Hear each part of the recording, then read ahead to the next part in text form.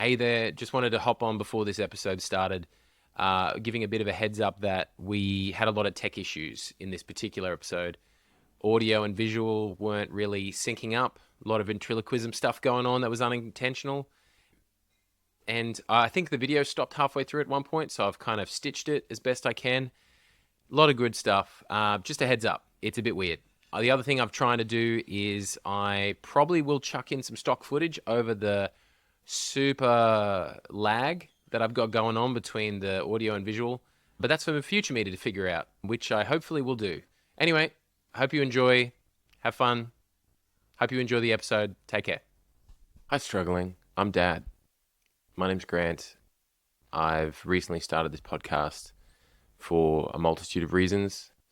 And hopefully you've already been listening and you already know what this is about. But basically what this podcast is for is supporting mums and dads going through parenthood and trying to be the best people that they can be.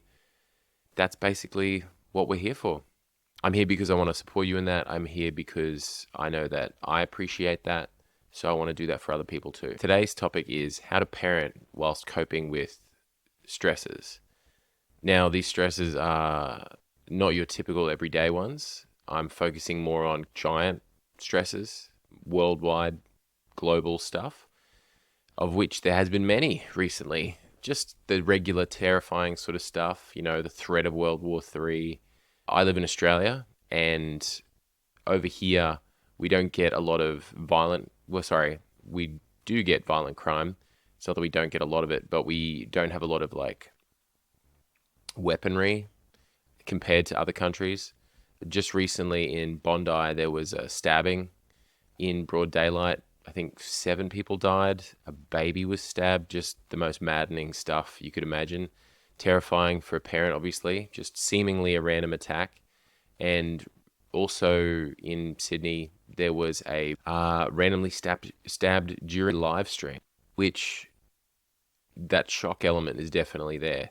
And personally, this is not something that I'm prone to focus on, not to be ignorant of it, but because I'm conscious that my bandwidth I want to be using that for the people most important in my life. And I don't want to be worried about fear. I don't want to be focused on fear, because when I'm focused on fear, my life is way tougher than it needs to be. And I just don't think it's necessary. I don't think it's necessary for me to go through my day focusing on fear and good will come out of that. I personally haven't seen that. I can be aware of it, but I don't want to ever actively work from there, because I don't think it's healthy for me to be focusing on such a negative, fearful aspect rather than being aware of something versus being fearful of it. There are other bigger issues as well than just normal day-to-day life stuff. I know that for a lot of places, there's a lot of government crackdowns on people's freedoms in different ways. I know that in Australia, there's a crackdown on homeschooling, that they want you to basically stop doing that entirely. And we homeschool. We've got 4 kids and we homeschool. 3 of them are school age. And that's what we've been doing since they're born. So that's what we know. That's what we like to do. And that's not something that I want to get rid of for them. But there's all these crackdowns to basically bring the government more into my daily life. And I'm not comfortable with that, especially for my kids. So they're not part of my home.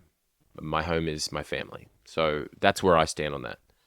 There's a lot of other issues on people's freedoms as well. I know that there's crackdowns on food. A lot of governments not wanting you to grow your own food, to share food with neighbors. You can't have raw milk. Some places you can't have chooks, can't have chickens and eggs.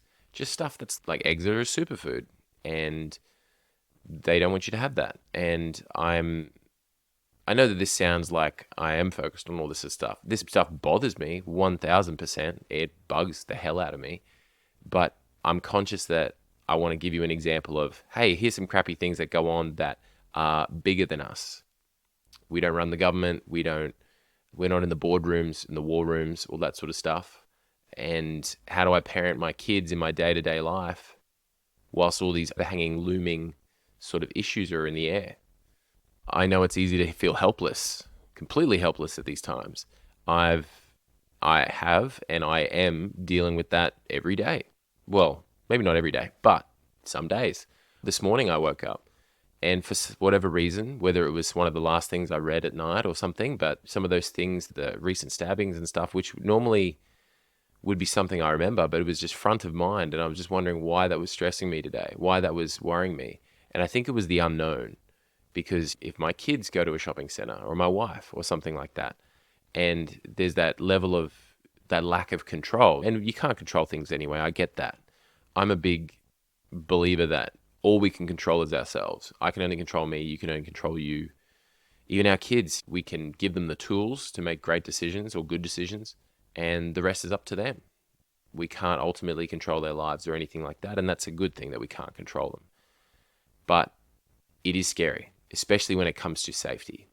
And to feel like we are out of control when it comes to protecting them, I find that scary. And I think with that example recently here in Australia, that's put a bit of uncertainty in me. And I wanted to talk about that immediately this morning because I don't want that to grow. I don't want that to get bigger. I don't want that to expand into other parts of my life where I operate from a place of fear, because nothing good comes from there. Even if I do something good, it's from a place of fear. So it's shaky ground immediately. It's very, very loose. It's not like, yes, I'm strong, I'm operating from power or strength and empowerment. None of that. It's, holy crap, I got to fix this, or I better do this otherwise. And it's just this looming terror. And I don't want to operate from terror, fear or terror, neither. That would be awesome to not do that. Maybe you're the same as me. Maybe you've been feeling a bit more stressed lately about these bigger issues and asking yourself, what can I do about it? Well, again, we can only control us. We can only control what we do. So the answer to what can I do about it is do what you can. You do what you can do. That is all you can do. And that's the level of ownership that we have on this. It's total ownership for our stuff.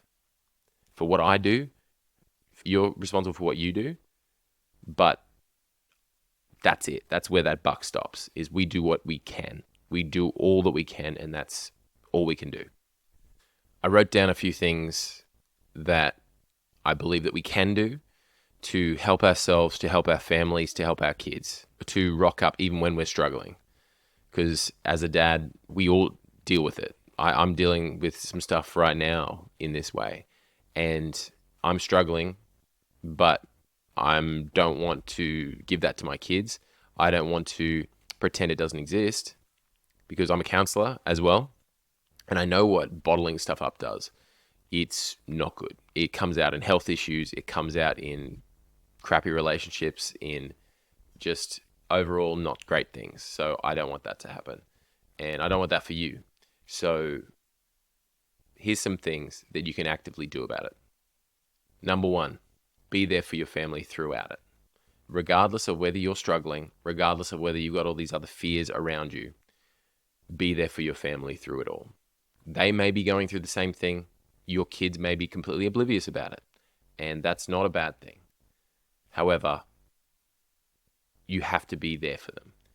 We can tuck ourselves away briefly. We can choose moments to deal with the stresses that we've got going on. We can do that. But don't walk away from your family in order to do that. In other words, don't be like, oh, I'm out. Like, I can't show up today. I get it if things are at a boiling point, for sure. But if you've got some sort of arrangement with your wife or husband that you can do something like that, then maybe. But as a general thing, you got to be there for your family throughout this situation, because you're going to feel better showing up for them. You're going to feel better still getting up first thing in the morning, making them breakfast, getting them ready for school, sewing into their lives, reading to them, being active with them, playing with them, teaching them, bringing them alongside you when you're doing something around the house, or when you're working on a project or fixing your car or whatever it may be. You can be active in being there for your family as they go through whatever they're going through, and for everything that you're going through as well. You can be there for them. And ultimately, you will feel better because you are showing up. You're doing what you can do as a father, as a mother, as a parent. Second thing that you can do is making sure that you get the support that you need throughout this time as well. Because if you don't, there is a massive impact, not only on you, but on your family. If your legs go out from under you, you can't lift up your family. You can't lift up yourself. You can't lift up your family. That's not great. We can't do that. So what you're needing to do for your family, prioritize. What you're needing to do for yourself to be okay, prioritize. It's the same thing. If you don't water your garden, it dies. If you don't build strength, you get weaker. If you're not being active, things fade away. If you're not sowing into something, you're not going to reap any rewards. So you've got to look after yourself. So if that means you're stressed and you stop eating right, you stop going to bed when you need to get to sleep, that's not good either. Lack of sleep sucks so bad and it affects every part of your life. So anyway, I digress. Okay, coming back. You've got to do what you can do to look after yourself and to be active in doing so. You've got to make sure that you get the help that you need. So eating right, sleeping well, prioritizing relationships, obviously healthy relationships, friendships, if they're there, get them around for dinner with your family. If you need to go for an early coffee with a friend or something like that, or time to yourself, book that in around when you can. You know, we're not sacrificing family time or our family for these things. We're doing it so it can fit with our family schedule and being the parent that you want to be. If you want to be an active dad, if you want to be an active mum, be active, sort it out. You can do it. You can do that. Go early in the morning. Go to the gym early in the morning. Go do it last thing at night, whenever you prefer to do it. But get it in, look after yourself, but do it around the other most important things in your life. You can do that. That's fine. We all have time to do that. We just choose to do other things. We're knackered. It's easy to scroll on your phone or do other things, but that's like the junk food for your body, where you're just doing it. You're just existing. And it doesn't sow anything into you. It's just junk. You feel good for a second and then you feel crappy. And I'm guilty of this too. I'm also trying to do these other things as consistently as possible. So whatever that looks like for you, to make sure that you're prioritizing your own health, your own support, do that. If you need counseling help, go get counseling help. Call a counselor, call a psychologist, whatever you're needing. Do that, prioritize that, because if you're stronger for you, you're stronger for them. Do it. And as I'm mentioning, that can look like a bunch of different things. Obviously, we've mentioned the gym, we've mentioned relationships, we've mentioned counseling and that sort of mental health support, emotional support, journaling, being active in your creative pursuits, all those sorts of things. They're so crucial because they're parts of you. And there's so many different parts of you, right? Like, I'm into a lot of different things and I have a lot of different interests, but I want to water all of those gardens, and it's hard because there's so many different things. But I'm sure you're the same. I'm sure you've got some things. You might have 3 things. You might have 30 things.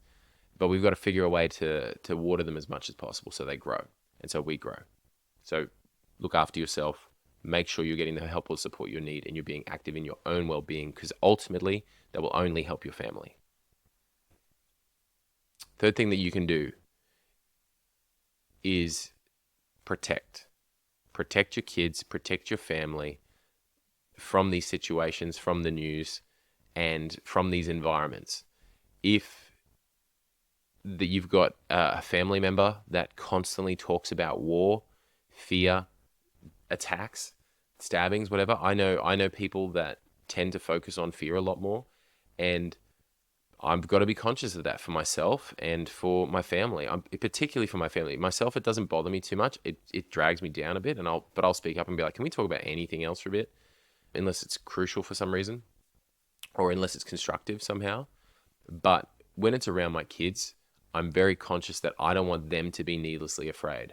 I don't want them to be scared. I don't want them to be fearful of a random person coming up to them and hurting them in the middle of a shopping center for no reason. I don't want them to be fearful of other people. I don't want them to be fearful of situations, fearful of trying. I don't want them to be fearful of the world. What can they do about that? What can they do about war? What can they do about political tensions or political ideologies that are coming in and butting heads or whatever it may be? They can do as much as me, basically.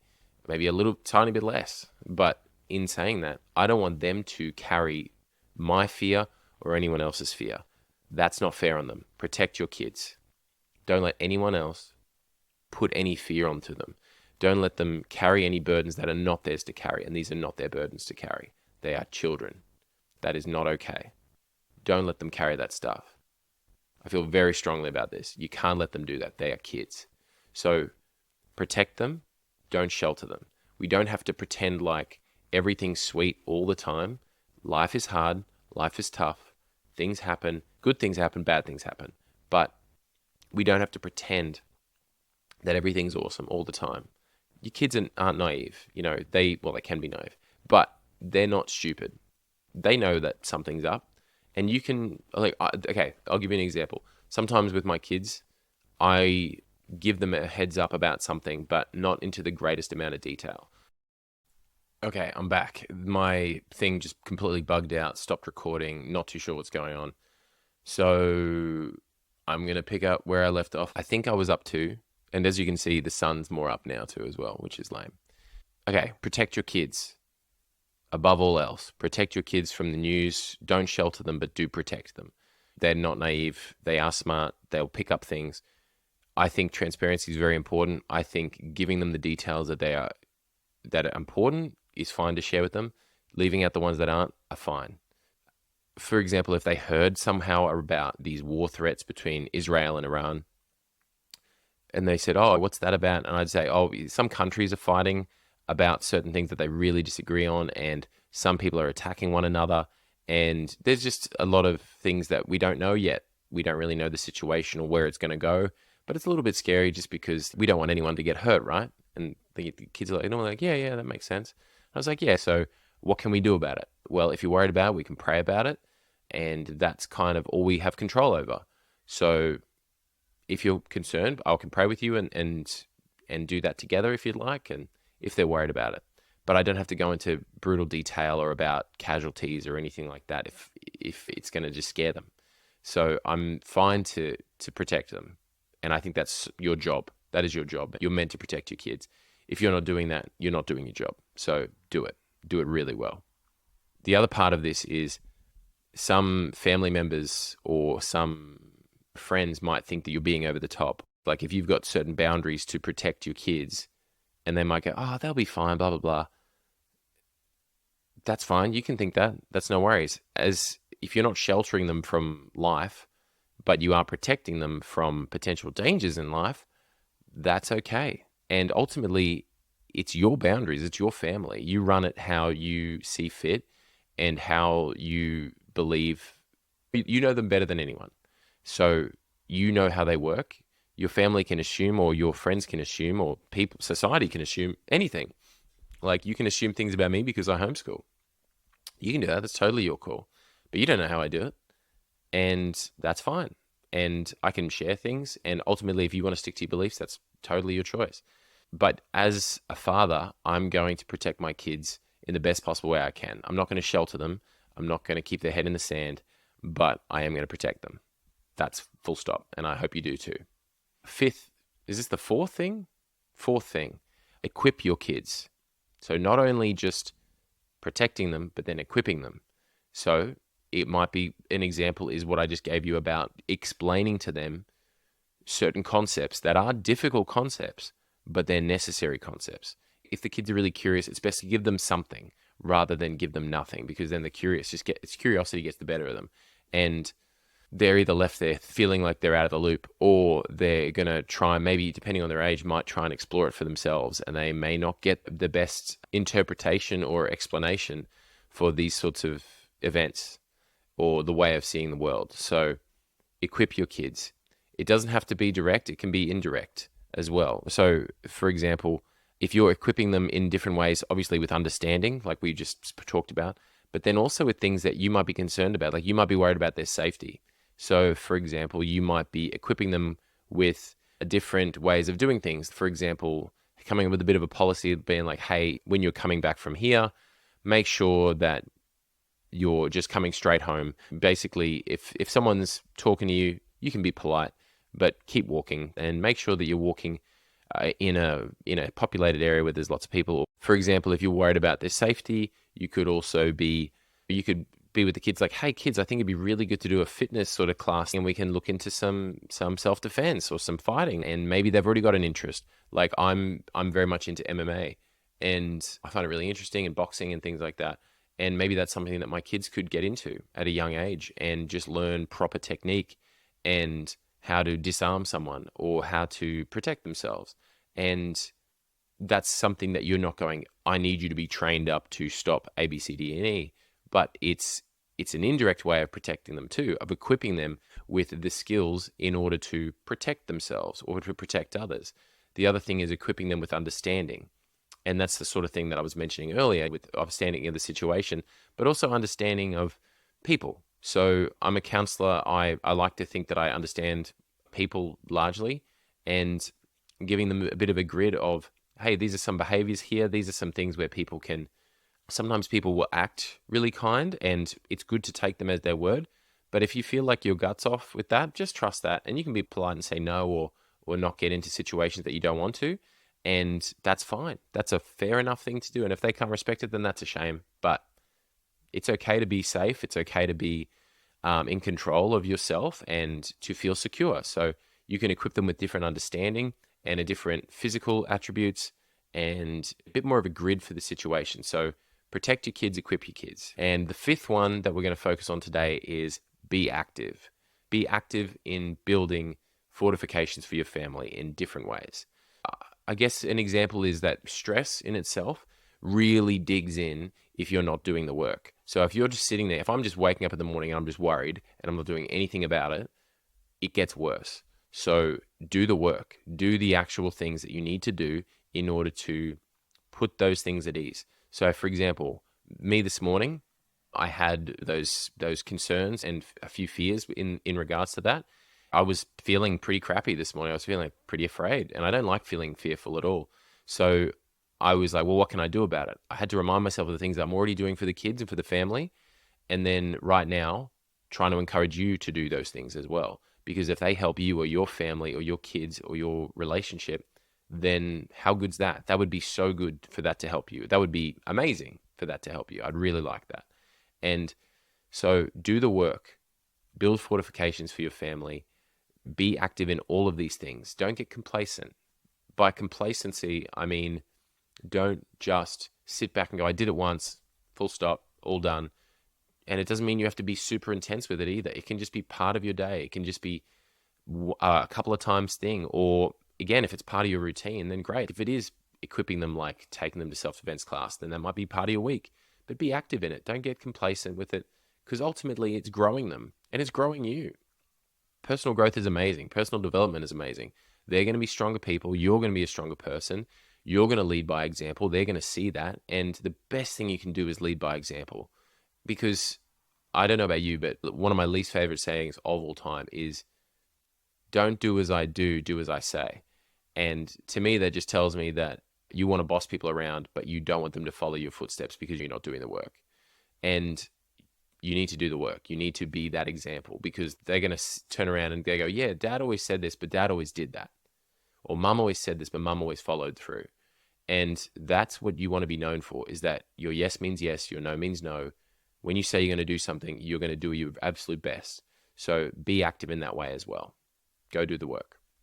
I want to encourage you, everyone here who's listening to this, that you're not alone in this, that you're not alone in your day-to-day stresses or fears or worries or anxieties or things that may make you feel down, or even in these more global aspects or bigger concepts where you feel kind of helpless. You're not alone in this. I want to encourage you that you're not alone. You're here with literally billions of others. So you're not alone with that.